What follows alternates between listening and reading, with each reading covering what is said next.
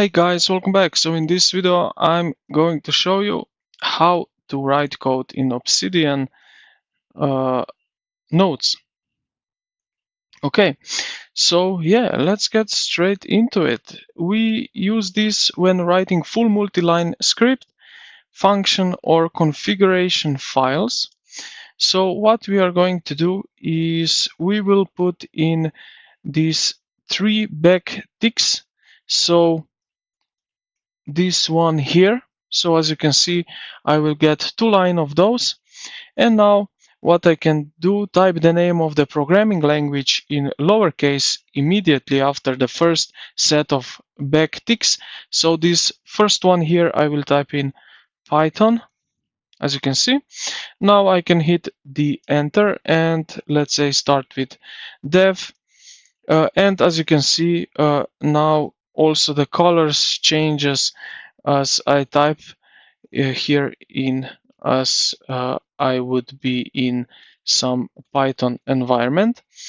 So now basically we are doing the Python code. So yeah, this is pretty much how you can do that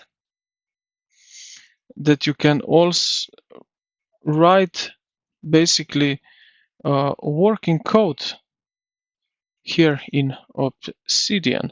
So this is example of the code here, and yeah, you will need to see that. So how you get these backticks? These backticks are available if you hold down the Alt GR with the number 7 on your keyboard, and you will get these ticks. So if I show you, I will type Alt GR, I will hold that one and the number 7, and we get this option here. I can probably type in here C# and this will work, or C++, and the code would be also active. And yeah, this is pretty much how you can write code in Obsidian notes. I hope this video helped you out.